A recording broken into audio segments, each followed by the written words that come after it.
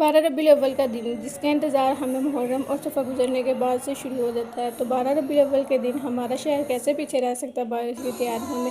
تو آج آپ کے ساتھ شیئر کرنے جا رہے ہیں اپنے سارے یعنی کہ گاؤں کی تیاری کہ کس طرح سے ہمارے یہاں 12 ربیع الاول کے دن سجایا جاتا ہے۔